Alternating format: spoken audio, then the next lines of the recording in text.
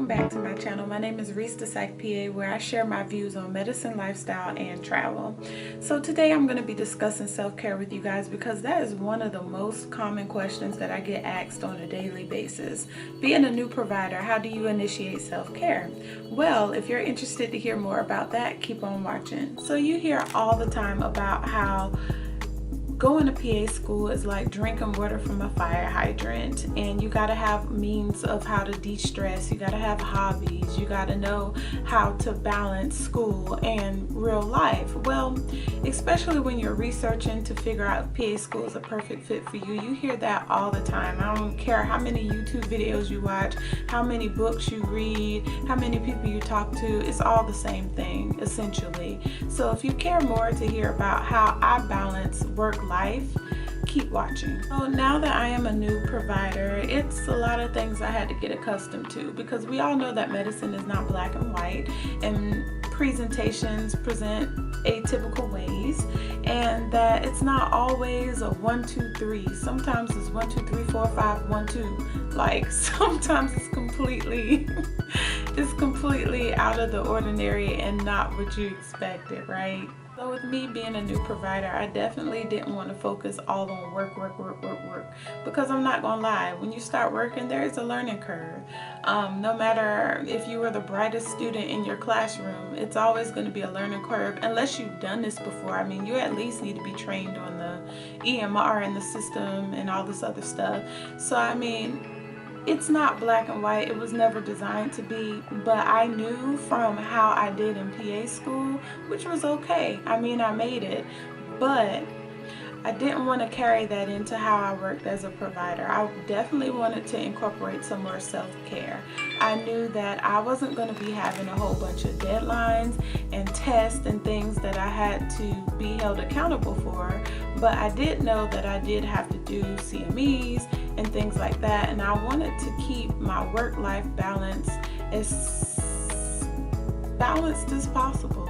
So let's take it back. When I was in PA school, I did not do well with self-care. I had hobbies and things like that, but I didn't have time to initiate or implement hobbies into my schedule because sadly, I mean, you want to believe that you have time to do other things besides study, but you really don't.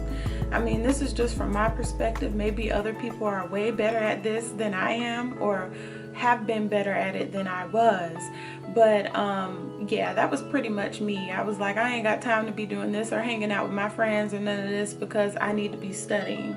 At a certain point, like after I got to clinical year and things like that, I did do more self-care. I did implement more self-care into my everyday or my weekly schedule, but in the beginning I didn't have time for that. Didactic year was one of the toughest years, and I mean, if you're in PA school or currently going through it, then we can empathize with each other, because child, you ain't got time for nothing.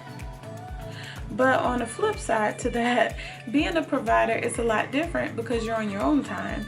Now, except for when you're at work, but of course, when you're not at work, you do want to still be making sure that you're keeping up with your CMEs, and you want to make sure that you're up to date on new changes, because you know medicine changes every day.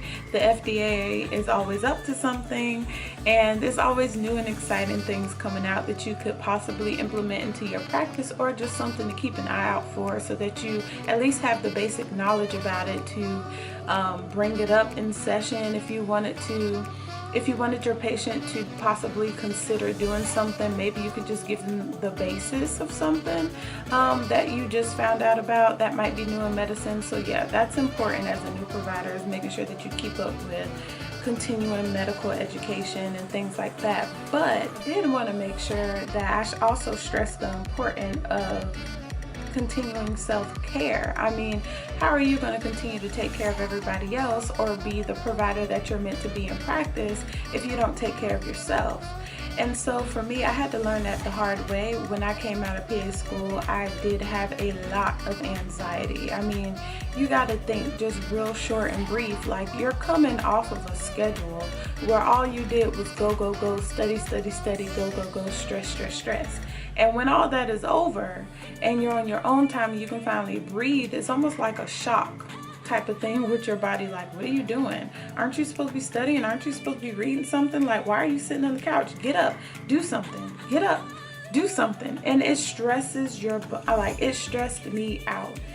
It has been, I don't know, like 11 months since I graduated from PA school. I'm sorry, today is actually my anniversary. I'm sorry, it's been a year since I graduated from PA school, and it hasn't been until this time right now I can finally watch TV without feeling guilty like I'm supposed to be doing something. Like, it takes a lot to get used to.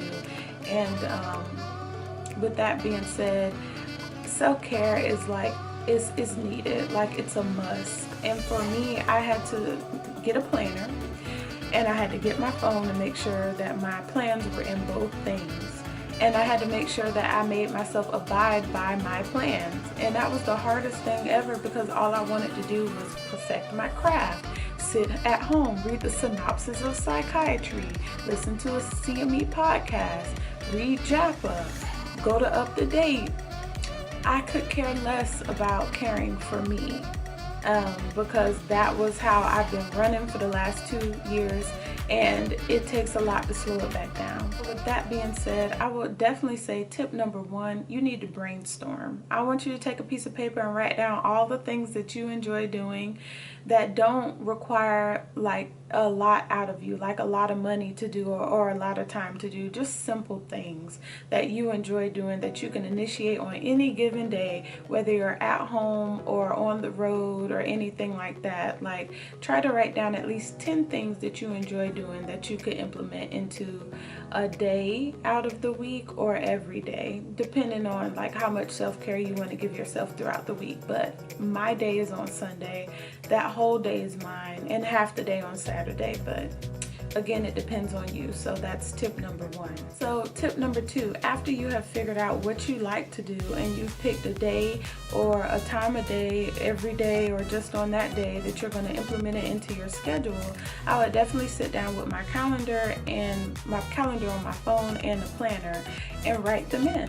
Whether it's like from 5:30 to 6:30 I'm going to read a book, or on Sundays I'm going to take a bath, or I'm going to go for a walk in the park, whatever that may be. Make sure that you put it into your schedule, and make sure, if you're like me and you're a little hard-headed, make sure you put an alarm in your, like on your calendar for events and stuff like that, like 30 minutes ahead of time or an hour before time, so that you know, like, okay, you're about to be cutting all these things off, you're about to stop everything and just pay attention to one. Number 3, I would definitely say try to implement new things. So after a while of keeping yourself on the schedule for self-care and actually abiding by it and getting yourself on a healthy, regular schedule, I would definitely say try to implement new things into your self-care regimen. So for me, it can be as small as going to buy an exfoliator off of Amazon, like one of them round pads that I use on my skin, which make my skin feel like butter. Like,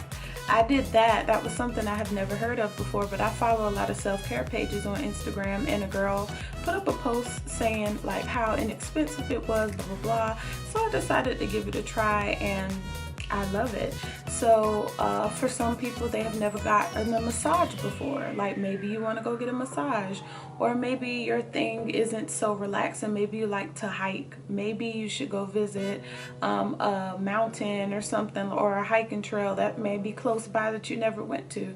So I would definitely say try to think outside the box and implement new things into your regimen to keep it interesting, so you're not doing the same thing week in and week out, or day in and day out. Tip number 4, by unpopular opinion, definitely make sure that you tell your friends and your close relatives when your self-care days or self-care time is, so they're not bothering you, throwing it off, or blowing up your phone. This is key, because if your best friend call you and you're in a bubble bath, you're probably going to answer the phone.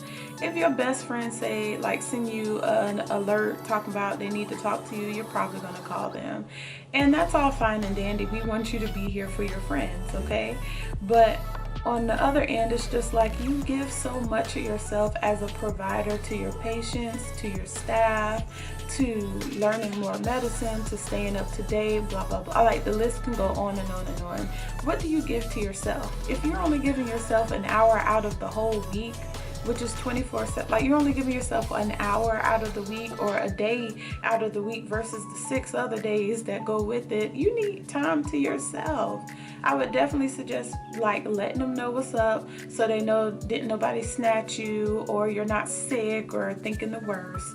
And then put your phone on airplane mode. Maybe play some music like smooth jazz or whatever you like to listen to and just like zone out. And tip number 5, it's an optional tip. I would definitely say keep a diary if you don't already have one, journal, or something where you can reflect back on before you started implementing self-care like that into your schedule versus after a month or 2 months or 3 months after doing it, and see where you are. And you'll be very surprised at how far you've come, how natural it feels just to do it, and how it has positively impacted your life and the way you operate and feel throughout the week, and how you think, how you're able to focus better, how you're able to practice better, how you have more of a positive attitude, and so forth.